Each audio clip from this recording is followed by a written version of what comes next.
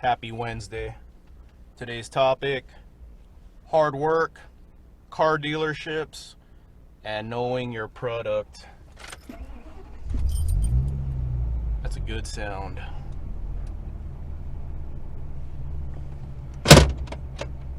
Okay. So that Blazer you saw at the beginning of this video, my girlfriend was gonna buy that thing. This is my girlfriend's first new car purchase in her life. The crossover market, my girlfriend is who the crossover market is catering to. She just wants a brand new, inexpensive vehicle as close to $20,000 as possible. Her only criteria is that she wants to like what she looks at, and it has to be black. That's her criteria, that's it. So the Blazer is what caught her eye when she was looking at small SUVs. That's the first thing that caught her attention. So this Blazer is supposed to be $17,990, I believe. She calls up the dealer. Oh, quick, this is a situation. The Blazer is far away from her, but I told her, I'll pick it up for you. I like driving. I like road trips. And the car guy in me, you know, even though I'm not into little SUVs. Go ahead. No. On his phone. Okay, the car guy in me, I'm not into little SUVs. I'm a car enthusiast, but I still appreciate everything. And I was really looking forward to driving this thing. So I told her, I'll pick it up for you. When I was younger, I used to watch a lot of sitcoms, and a reoccurring theme in sitcoms is that the teenage son discovers car dealerships. Teenage son sells like 20 cars, makes a bunch of money, and says, I'm not going to college ever. I'm selling cars for a living. I wanted to be part of that life since I like cars so much. So out of high school, I went to a car sales academy, and I sold cars for a month. It wasn't for me, especially back in 2000. There was no Wi-Fi yet, so I was just sitting around. It was boring, and my coworkers were a bunch of old guys hitting on girls all day that were walking by. It was annoying. It was boring. It was kind of cool to be around cars, but I was at a used car dealership, not a new car dealership. So I was around, like, you know, pretty junky cars. So anyway, I remember two things. Clearly remember two things. I was taught, if you work at a new car dealership and someone tells you, I really like this a lot, but I want it in red, and they don't have red or whatever color, you tell them, we're gonna find it at another dealer and we're gonna transfer it to you. The other, or we'll paint it for you if we can't find the color you want. And I was taught, you make the sale no matter what. You transfer it or you change the color. What you gotta do, you do it. You gotta make that money. Is this straight? Let me straighten this out. I'm trying this new camera on my tripod. 60 frames per second, 1080p. Not 4K mode. That's another topic. So that's what I was taught. You do what you got to do for the customer, okay? So that was the situation.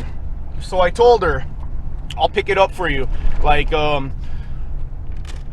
if I have to, I'll pick it up for you.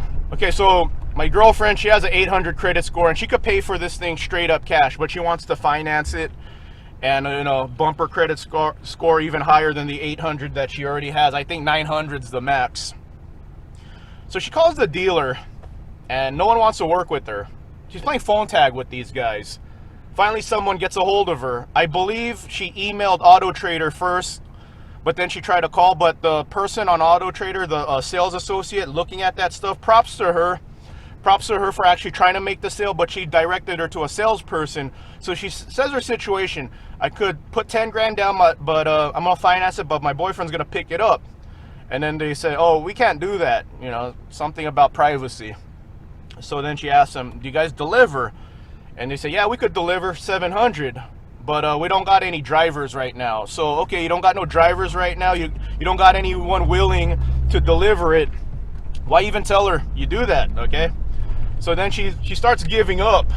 Then I guess one of the big wigs gets wind of this. I don't know if it's like the main person, but someone higher up, props to that higher up for actually trying to sell a car also. So sales associate and the other person, the sales associate and the big high up person, props to them for making an attempt here.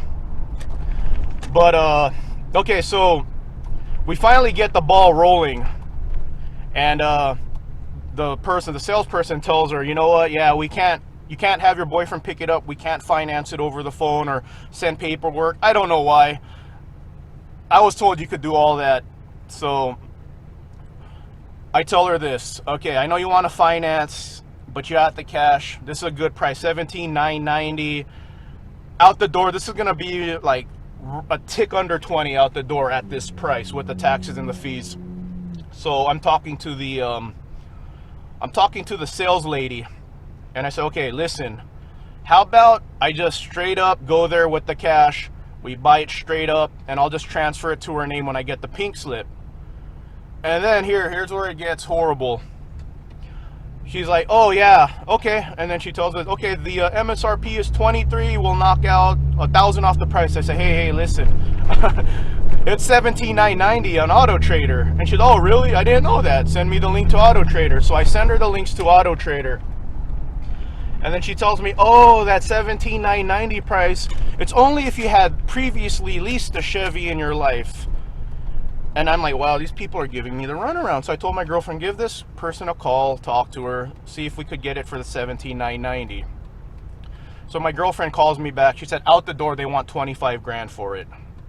Okay. I said, nah, because I told her when she was playing phone tag, this was like 5 days of playing phone tag, I gave her a link to the Buick Encore, because my girlfriend, she likes American cars. She likes the look of American cars. So I gave her the link to a Buick Encore. So this Blazer's MSRP is 23, like 23 and some change. They drop it down to 17,790. So I find an Encore for 27 MSRP, but they drop the price to 21 grand. So automatically the Encore is a notch up in trim level, and it's all-wheel drive. So I give her the link to that. I said, you know what, listen, call Buick, see what the Encore is out the door. I'll show you a picture right now. So I tell her, call Buick up, find out how much this Encore is out the door. She tells me right away. They were so nice. They were like so willing to help her right away, and right away they gave her a price, $24,500 out the door. And I told her, and they want to deal with her now. And I'm like, you know what? Screw Chevy. They're just playing games. And I really don't like the fact that they advertise at $17,790, but then they mention when we call them, oh, there's fine print. You have to have previously leased a Chevy to get the $17,000 price. So I say, you know what? They're playing games. So she's getting the Buick now. I didn't want her to deal with that Chevy dealer, but I told her, you know what? That price is so good. Sometimes you gotta swallow your pride, because you know what? When you buy it, you'll never see them again. That's a great price. But yeah, at 25, I told her no. I told her for even like, if there's like not even a $3,000 gap, get the Buick. It's a better vehicle. I know she likes the looks of the Blazer more. That's why I told her, get the Blazer. It caught your attention. You really like it. But she also, and I asked her a car guy question. I asked her, how much more do you like the Blazer's look than the Buick? She said, not by much. I do like the Buick's interior a lot more. And the Blazer isn't much better looking, in my opinion. She just likes the Blazer's look more. So I told her, go with the Buick. These guys want to deal with you. Don't buy that Blazer for $25,000, because that Blazer, it's a base model that you're buying. The Buick is a level up. Like that Blazer is entry level. That Buick looks like it should be competing with more luxury brands. So the Buick has, like, the Blazer is more like, the Blazer is cooler looking, but the Buick has like a classier look, in my opinion. I think she needs to chrome out those rims. It's a black vehicle. She needs to get those rims chromed out. The car guy in me is already telling her, chrome out those rims. But yeah, playing phone tag for 5 days, the Buick dealer dealt with her right away. They wanted to get it done right away. That Chevy dealer, it feels like they don't want to sell their vehicle. And here's the thing. I don't listen to car magazines, but the average person does. That Blazer is in 8th place. It's ranked number 8 according to Car and Driver. They rank it number 8 among all the little SUVs. So they don't got the best product in the world. So I just started reading up. I like to do my research. The Kia Seltos, I couldn't find one for $25,000. Not one for under $25,000. I found a few for a tick over 25, and I couldn't find any black ones. Kia can't keep the Seltos on the showroom floor, on the lot. I looked up the Seltos. It does 0 to 60. This is the car guy in me. It does 0 to 60 in like 6.8 seconds. That's quick. The Blazer 0 to 60 in like 9.5. And car magazines are very spoiled these days. If your vehicle does 0 to 60 in more than 8 seconds, they're deeming that vehicle slow. To me, 0 to 60 in 9 seconds, that's just a car. It's not fast, it's not slow, it's just a car. It's fine. But you know, people are going to read that and they're not going to want the Blazer. Car magazines, the media is very influential to people's car buying decisions. And here's my girlfriend, she doesn't care about any of that stuff. She just knows she likes the Blazer. And these guys wouldn't deal with her. If I'm that Chevy dealer, and listen, Escondido quality Chevrolet, if any bigwigs are watching this right now, like I said, props to the sales lady on the internet salesperson reading the emails. She wanted to sell a car, and props to the higher up sales associate, you know, I think she was a general manager or something, stepping in and trying to get this done. But like I said, I don't like how that was a bait and switch like price on the internet. I don't like that. But props to those two for trying to sell a vehicle. So quality Chevrolet of Escondido, if you're watching this right now and you need a sales associate that actually wants to sell a car, if you need a sales associate and your buyers are kind of far away, but you need that person to do the legwork, hire me part-time. I'll take that $300 commission. If anyone calls up and says, listen, I'm kind of far away, hand me a flatbed. I'll drive it to them because I'm all about my money. So it's crazy to me that these people aren't about their money and they don't know their product. Kia, Mazda, Honda, they're dominating you in the field. And you don't want to sell your Blazer, and you got a girl here with 10 grand down, and then she's willing to pay the cash. You know what? You can't finance it over the phone. I can't fax you some papers or overnight you some papers. I'll just send my boyfriend to buy it straight up cash. And then you tell me, oh, it's 25 grand out the door. That's a lease price like that 17,790s. Only if you have previously leased a Chevy. You're not going to sell that Blazer. And here's the thing. The car guy in me, when she told me she wanted that Blazer, I'm already reading up about it. I'm already like, man, I'm gonna get to take a road trip in this thing now. Cool. I'm gonna make a video about it, doing my thoughts on this Blazer. So I'm looking at it, and it has a 1.2 3-cylinder turbo. Okay, so the 2022 has a 1.3 3-cylinder turbo, and it has like 20 or 30 more horsepower. So the one she was looking at is already outdated compared to the 2022, and they don't want to get rid of it. And the thing is, they have a dozen of them. They got 2 black ones and 10 other colored ones, and it's a 2021. They can't get rid of them, and they're not trying their best to move this thing. No hustle, man. There's no hustle. There's no desire in them. Buick dealer, man, they're ready to move. She's already gonna pick it up on Saturday. She's ready. She made the deal. They overnighted some papers. The dude wanted to sell it. That price they advertised, that was the price. They put on the taxes and everything, $24,500. So that's unreal to me. You had a sale in your hand. I would make that work. Who cares if she hasn't leased a Chevy in her life? Sell it for that $17,790. You know, it's unreal to me. So quality Chevrolet of Escondido, if you're watching this, hire me. I'll deal with anybody who needs that. Anybody who's like a more complex sale, like they're far away and you need me to deliver it, hire me. I'll take that $300 commission. I'll take anyone who I don't have to talk to. They're like talking to me. They're telling me, I want this. It's like the easiest customer. You don't want to make the sale. Unreal. So yeah, that's my topic of the day. Know your product. Like I said, my girlfriend is the demographic for small crossover SUVs. I know car guys are gonna say like, why doesn't she get a Bronco? You know, why doesn't she get a Wrangler? You know what? My girlfriend, she just likes what she likes. She's good with her money. She wants to spend as close to $20,000 as possible. She wants a small SUV. She don't care about four-wheel drive or any of that, but she is stoked about getting all-wheel drive, though. That the Buick Encore does have four-wheel drive or all-wheel drive, but she doesn't care about rock crawling or Broncos or, you know, if it were up to me, I would tell her get a Jeep Renegade Trailhawk, but I wanted one. See, I would have told her to get this thing.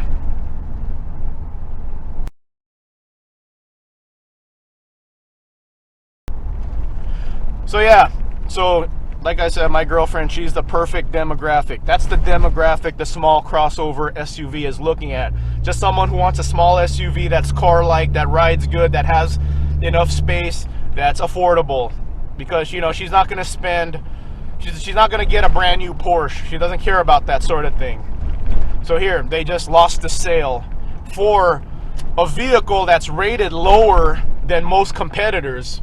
Like I said, the Seltos Kia can't keep it on the showroom floor, on the lot. So no hustle. What's wrong with people these days? No hustle at all. You know, they're just lazy. That's laziness to me, man. I was taught I sold one car as a dealer, working at a dealership.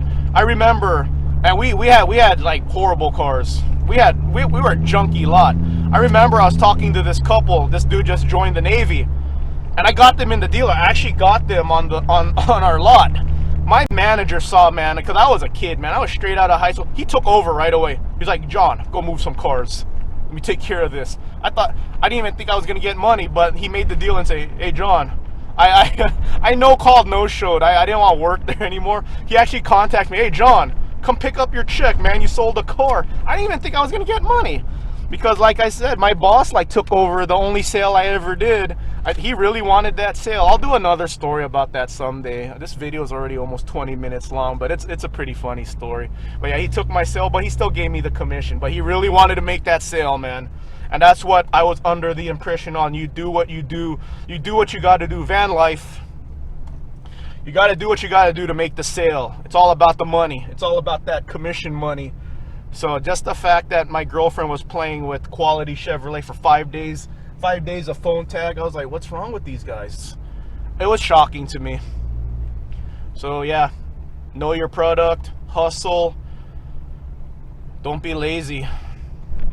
Man, I would have wanted that sale. I would have said, give me a flatbed right now. I'm gonna go deliver it to her right now. Let's get this done.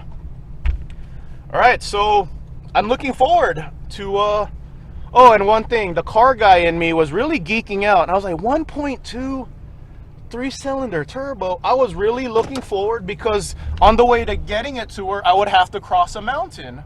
So the car guy in me was really looking forward to seeing, like, how's this thing gonna do in the mountains, you know? Like, okay, see, this is nerdy stuff that probably most of you don't even care about, but when I climb mountains, I watch the RPM. Honestly, so in my head, I was like, man, is this gonna hold like a low RPM?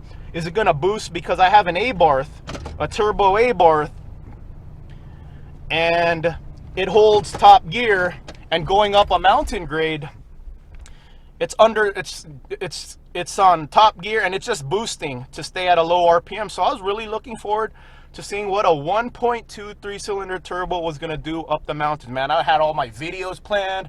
I had a video planned like 3-cylinder turbo Y, and then I was gonna do a review on the engine. Then I was gonna do a review on the Blazer, and my thoughts as a car guy on these little SUVs that everyone wants. My unbiased opinion why they're popular. And like I said, my girlfriend is the demographic.